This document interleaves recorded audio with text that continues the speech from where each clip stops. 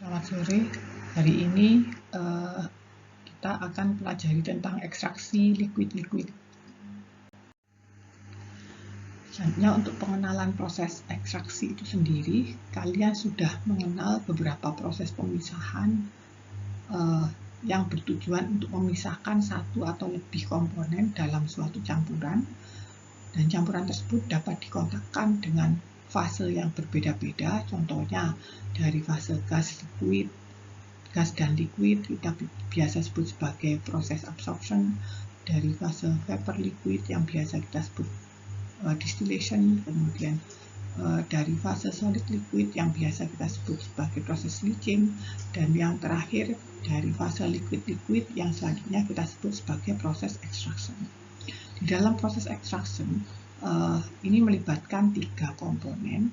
Yang pertama adalah komponen pembawa, kemudian yang kedua adalah komponen solut yang akan kita ekstrak, kemudian komponen yang ketiga adalah solvent yang digunakan sebagai pelarut untuk mengambil solut. Di sini tampak gambar diagram segitiga yang menunjukkan 3 komponen. Contohnya di sini komponen aseton, air, dan ether.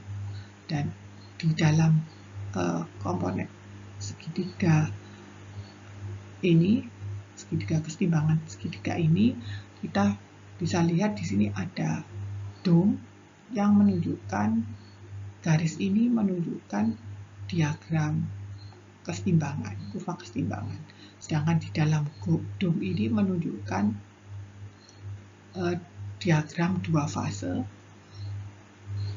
Dari fase yang ada, kemudian di garis ini ada garis yang selanjutnya kita sebut sebagai tie line yang menghubungkan dari fase yang nantinya kita sebut sebagai fase ekstrak dan juga fase rafinat di dalamnya. Kemudian daerah di luar garis dome ini kita sebut sebagai daerah satu fase. Untuk menentukan skalanya, kita bisa gambarkan di sini. Ini untuk komponen A, B, dan C. Komponen A ini skalanya ada di sebelah kanan, di mana semakin ke atas menunjukkan 100% A. Kemudian komponen B ada di sebelah kiri, semakin ke bawah menunjukkan komponen B 100%. Kemudian yang bawah menunjukkan komponen C, semakin ke kanan menunjukkan 100% komponen C. Bila kita punya satu komposisi, campuran yang mengandung ketiga komponen ini, contohnya kita punya satu titik di sini, maka kita bisa menentukan komposisi A adalah tinggi dari bawah ini, karena ini menunjukkan A. Dari bawah ini menunjukkan berapa XA. Kemudian untuk menunjukkan komponen B, maka kita bisa lihat dari sebelah sini.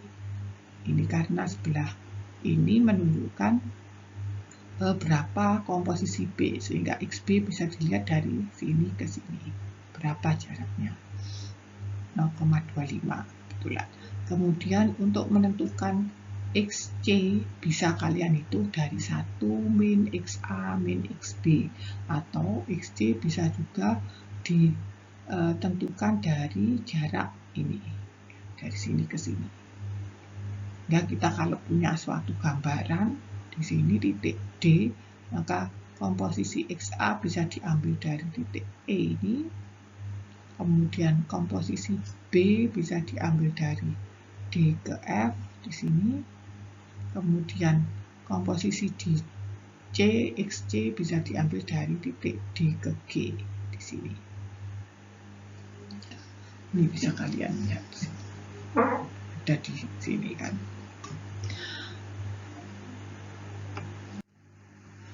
Selanjutnya kita ke proses ekstraksi liquid-liquid sendiri, di mana proses ekstraksi liquid-liquid adalah proses pemisahan konstituen suatu larutan dengan melarutkannya ke dalam pelarut liquid. Sehingga prinsip pemisahan ekstraksi di sini berdasarkan dari perbedaan kelarutan dari zat yang ingin dipisahkan pada suatu cairan yang tidak saling larut atau sebagian larut. Jadi bisa kita lihat di sini di mana itu larut pada B dan juga C, tetapi B tidak akan larut pada C. Dan ini bisa kita bagi dalam dua fase. Yang pertama adalah fase di bawah adalah fase rafinat, sedangkan fase di atas adalah fase ekstrak, di mana A diekstrak dari B menggunakan C. Di sini ada perpindahan. Kalau kita lihat di antara ini ada interface. Di sini terjadi perpindahan komponen-komponen A menuju ke arah C. Dan untuk prinsip dari pemisahan tadi, maka cara pemisahannya bisa dengan menambahkan pelarut yang kelarutannya lebih besar terhadap salah satu komponen. Nah, dalam hari ini C kita tambahkan untuk melarutkan komponen A. Ekstraksi liquid-liquid yang biasa kita kenal sebagai ekstraksi cair atau ekstraksi pelarut, contohnya adalah asam asetat, air, dan pelarut organik, di mana asam asetat bisa dilarutkan, bisa terlarut dalam air dan juga bisa terlarut dalam pelarut organik, atau dalam sistem asam lemak, vegetable oil, dan propan. Dan biasanya prosesnya bisa dilakukan dalam batch maupun continue. Proses ekstraksi bisa dipergunakan bila komponen-komponen larutannya relatif tidak volatil, komponen-komponen larutannya volatility-nya hampir sama, kemudian komponen larutannya sensitif terhadap pemanasan bila dilakukan distilasi terhadapnya, sehingga kita tidak bisa menggunakan proses distilasi. Kemudian komponen yang lebih volatil yang diinginkan hanya sedikit terdapat dalam campuran, karena pada proses ekstraksi di sini diharapkan tidak ada kehilangan komponen karena adanya komponen yang volatil. Itu adalah diagram keseimbangan yang sudah sedikit saya jelaskan tadi. Pada umumnya di sini ada pasangan campuran B dan C larut sebagian. Ya, jadi A ini adalah solut, kemudian B dan C ini larut sebagian, sehingga bisa kita gunakan sebagai zat pembawa maupun solvent. Sebagai acuan, maka kita menggunakan A sebagai zat terlarut atau solut yang larut sempurna pada B dan C. Kemudian B sendiri sedikit larut dalam C dan C sedikit larut dalam B. Sehingga kalau kita gambarkan akan menjadi seperti ini. Ini adalah komponen A yang terlarut solutnya, kemudian B dan C adalah pelarut yang bisa larutkan A. Sedangkan B dan C sedikit larut dalam dua komponen ini.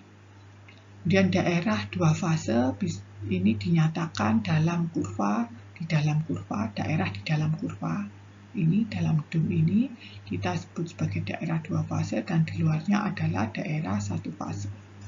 Kemudian untuk mencari komposisi campuran di M, maka di sini kita bisa memisahkan komponen yang ada di M dengan menjadikan fase E dan R yang terletak pada satu garis yang kita namakan garis tie line. Dan dua fase yang identik pada titik P di sini disebut sebagai split point. Ini bisa kita lihat sebenarnya dari aturan fase, di mana F saja kebebasan F akan sama dengan jumlah komponen dikurangi dengan jumlah fase ditambah dengan 2. Jadi kalau kita punya 3 komponen dengan 2 fase, maka akan terdapat derajat kebebasan F akan sama dengan 3, sehingga kita punya variabel bisa suhu, tekanan maupun 4 konsentrasi di dalamnya, dan kita bisa menetapkan 3 komponen ini P, T, dan atau mungkin satu konsentrasi. Sehingga 3 konsentrasi ini bisa 3 konsentrasi yang lainnya nanti bisa kita tentukan dari perhitungan. Berikut contoh untuk mendapatkan pemisahan dari komponen yang ada di H.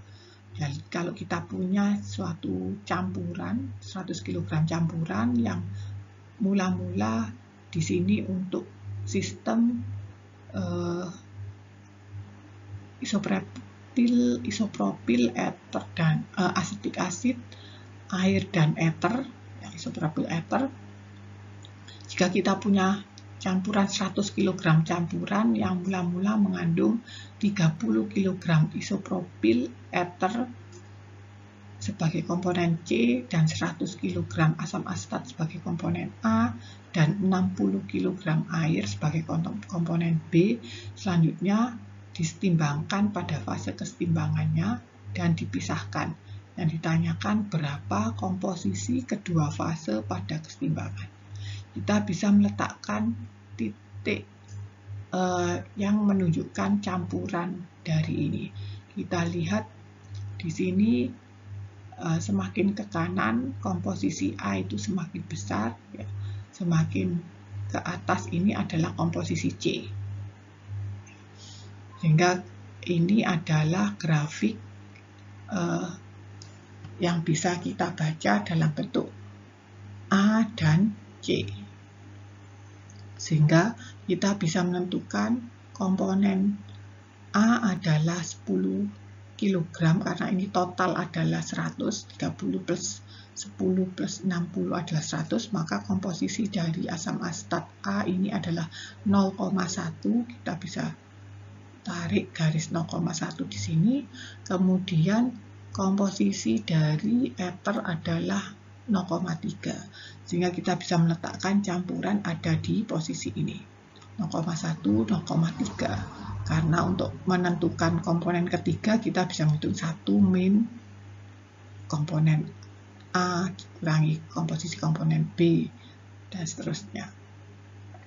Hingga kita bisa meletakkan di sini titik H ini, kita bisa memisahkan dengan cara menarik garis tie line yang melalui titik H dan menghubungkan antara kurva yang di atas ini adalah kurva ekstrak, yang di bawah adalah kurva rafinat.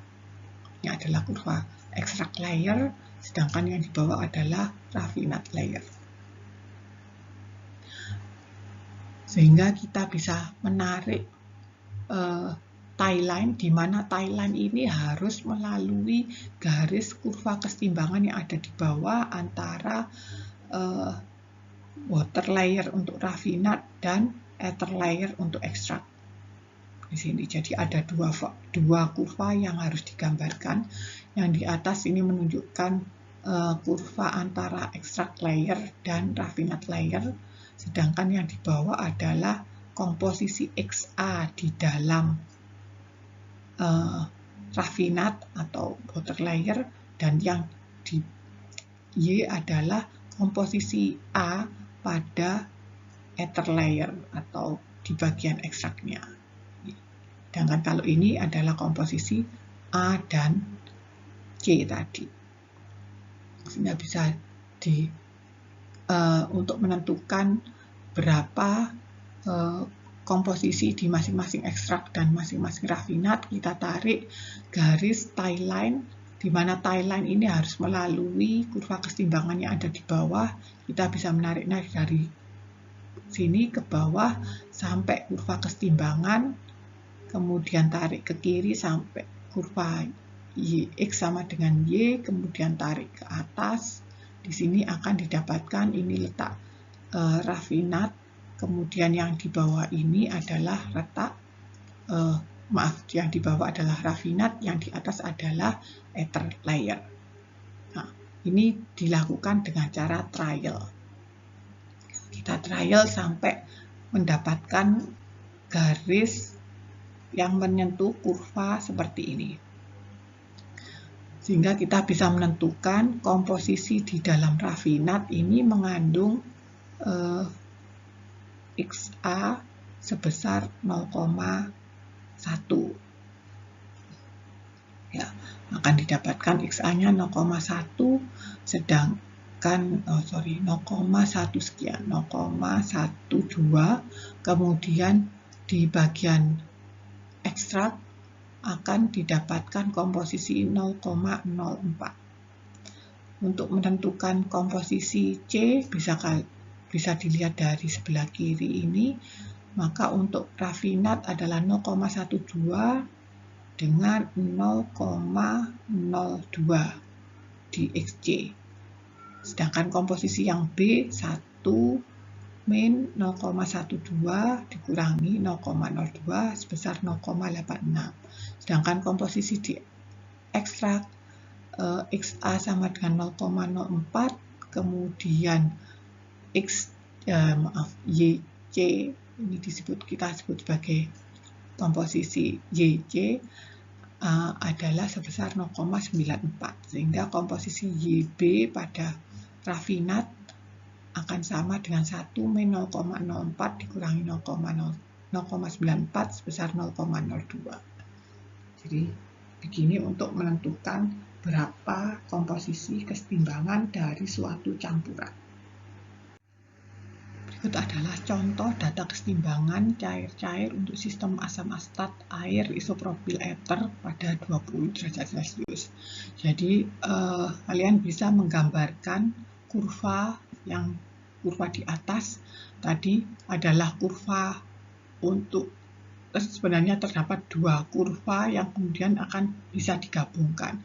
Jadi kurva rafinat ini bisa kalian plotkan antara asam asetat dengan IPE, jadi yang A dan yang C.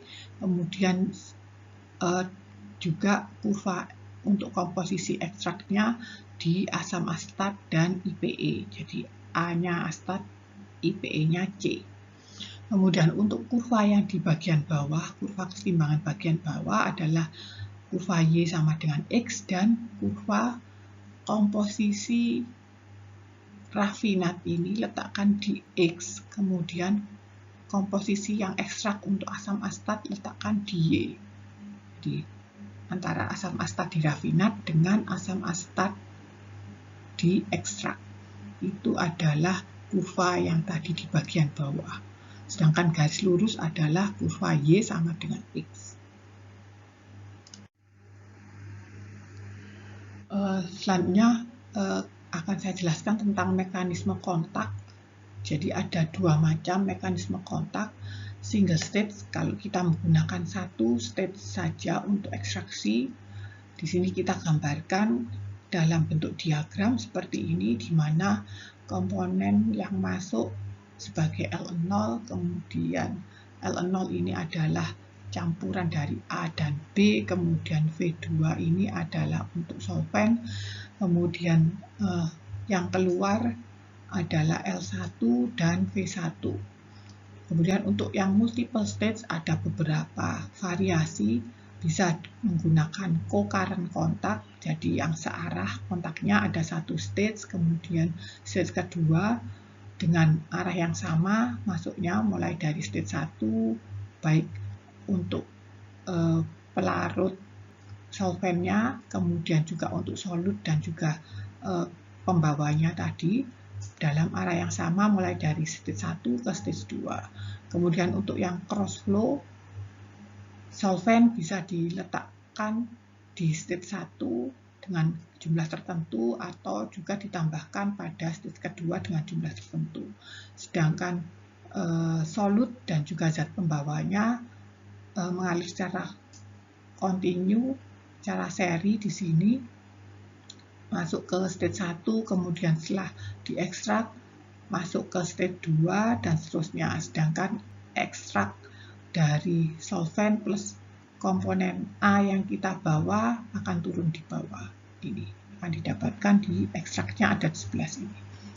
Kemudian bisa juga dengan mode counter current flow, di mana solvent masuk misalkan dari sebelah kanan, sedangkan dari sebelah kiri dari stage kedua dan seterusnya itu adalah solutnya atau sebaliknya. Jadi solut masuk dari stage 1, kemudian solvent masuk dari stage 2 dan berjalan berlawanan arah. Berikut beberapa macam dari jenis ekstraktor yang ada di industri. Jadi ekstraktor bisa menggunakan perforated tree ekstraktor seperti yang A ini, atau juga bisa menggunakan rotating disc ekstraktor, atau bisa menggunakan sejenis spray. Di sini spray ekstraktor, atau mungkin pack tower yang ada di E seperti ini. Jadi dimasukkan dari bawah, ini secara counter current dari bawah, kemudian solventnya dari atas seperti ini. Atau bisa juga dengan mode-mode yang lain. Berikut untuk single stage equilibrium extraction. Jadi untuk single stage, maka kita gunakan satu stage untuk ekstraksi, di mana L ini adalah bisa mengandung XA, XC, kemudian V ini adalah solvent, bisa mengandung YA, YC. Kemudian kalau kita single stage berarti nanti akan keluar untuk ekstraknya bisa keluar di bawah dengan jumlah M dengan komposisi XAM dan XCM. Bisa juga dengan skema yang seperti ini. Jadi kita masukkan umpan 1, umpan 2, di mix, dicampur, kemudian akan dipisahkan dalam suatu chamber di mana ada dua macam pelarut yang tidak saling larut, sehingga di sini akan ada level batas untuk interface dari kedua larutan, di mana bagian bawah kita sebut sebagai rafinat, bagian atas kita sebut sebagai ekstrak. Dan kalau kita gambarkan secara skema diagram untuk proses yang counterflow, bisa juga dengan cara seperti ini, masuk L0, keluar L1, masuk V2, keluar V1. Untuk material balance, bisa kita gunakan L0 plus V2 akan sama dengan L1 plus V1 akan sama dengan M, dengan komponen neraca massa komponen A, L0 XA0 plus V2 YA2 sama dengan L1 XA1 plus V1 YA1 sama dengan M kalikan XAM. Kemudian untuk komponen di C, L0 XC0 plus V2 YC2 akan sama dengan L1 XC1 plus V1 YC1 akan sama dengan M kalikan XCM. Dari material balan tadi, maka kita bisa menggambarkan tadi dari kurva yang ada. Jadi di sini adalah rafinat tadi yang bisa diplotkan dari A dan C pada rafinat, sedangkan yang atas adalah A dan C dari kurva ekstrak. Sehingga kita akan mendapatkan grafik seperti ini. Di sini A, kemudian C, B di sini adalah komposisi dari A, di sini komposisi dari C. Ya, semakin banyak C ke atas, semakin ke kanan A semakin banyak. Dari persoalan yang ada untuk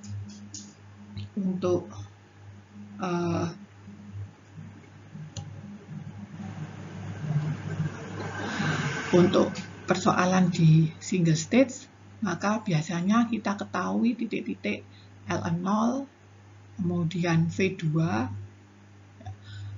kemudian kita bisa menghitung harga M, XAM, dan XCM dari persamaan yang ada. Karena L0 tahu, V2 tahu, maka kita bisa tahu harga M, kemudian kita bisa menghitung berapa harga XAM dan XCM. Kemudian kita plotkan titik-titiknya seperti ini.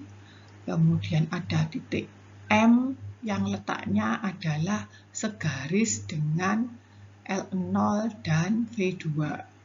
Ini akan ada titik XAM, XCM ya. Di sini. Kemudian kita bisa menggambarkan tie line melalui titik M dengan menggunakan trial error yang diperoleh untuk mendapatkan letak L1 dan V1 seperti ini. Kita bisa, di mana L1 dan V1 ini adalah melalui titik M di sini. Di sini kita bisa dapatkan dengan trial error. Dari sini kita akan bisa mendapatkan harga L1 dan V1.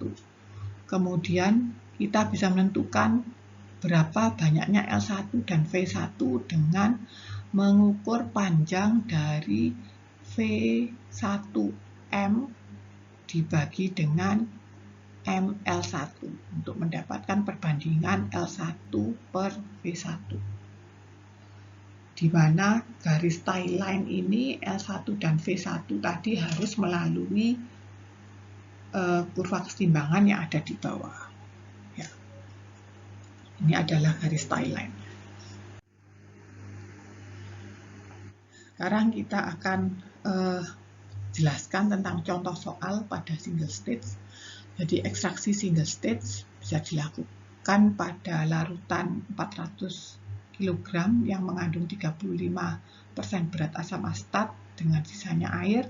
Kemudian larutan dikontakkan dengan 400 kg isopropyl ether murni. Yang ditanyakan hitung jumlah dan komposisi fase ekstrak dan fase rafinat dengan menggunakan cara perhitungan dan cara grafik. Kemudian ditanyakan berapa asam asetat yang bisa terekstrak. Dari data kesetimbangan fase bisa kalian lihat di sini. Jadi menggambarkannya, kurva yang di atas adalah A dan C di rafinat dan A dan C di ekstrak. Kemudian kurva yang di bawah adalah asam asetat saja untuk yang di rafinat dan asam asetat saja yang ada di ekstrak. Sehingga akan nanti bisa kita dapatkan. Kemudian untuk perhitungan penyelesaiannya diketahui adalah L0 400 kg, V2 adalah 400 kg, kemudian komposisi XA0 adalah 0,35, XB0 0,65 karena tidak mengandung XC, komponen C 0, kemudian komponen di V2 di sini YA2 adalah 0 karena murni, maka ada YC2 saja sama dengan 1. Dari neraca massa total kita dapatkan L0 plus V2 akan sama dengan 800, di mana L1 plus V1 juga akan sama dengan 800, sehingga kita bisa menuliskan V1 sama dengan 800 min L1.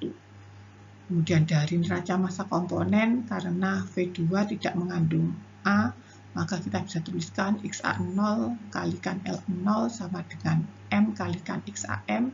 XAM adalah 0,175, kemudian komponen di C, karena di L0 tidak mengandung C, maka YC2 plus kalikan V2 akan sama dengan M kalikan XCM, sehingga XCM sama dengan 0,5. Dari neraca massa komponen, kita bisa mendapatkan berapa harga L1 maupun V1.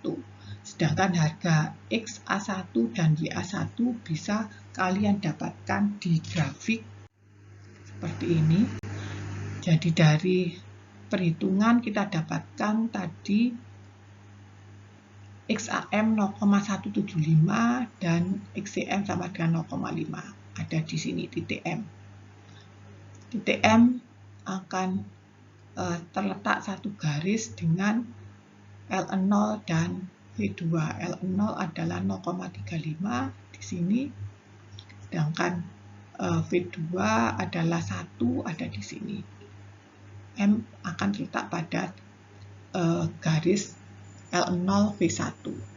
Kemudian kita bisa menggunakan trial error untuk mendapatkan tie line antara L1 dengan V1 yang ada di sini. Jadi kita gunakan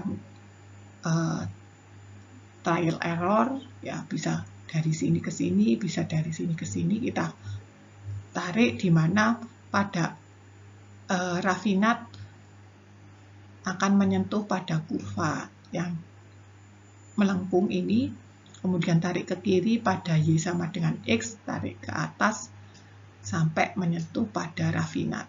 Maka akan kalian dapatkan kalau kalian tarik garis yang melalui ini, maka akan didapatkan L1, V1 harus melalui pada titik M. Sehingga kita bisa mendapatkan harga XA1 ada di sini, ya. Di sini XA1, kemudian YA1 ada di sini. Kemudian dari situ, sini akan kita dapatkan berapa besarnya L1 dan V1. Selanjutnya tugas kerjakan untuk menghitung single stage untuk proses ekstraksi dari problem 12.54 di buku Genkoplis dan kumpulkan di My ITS Classroom. Terima kasih.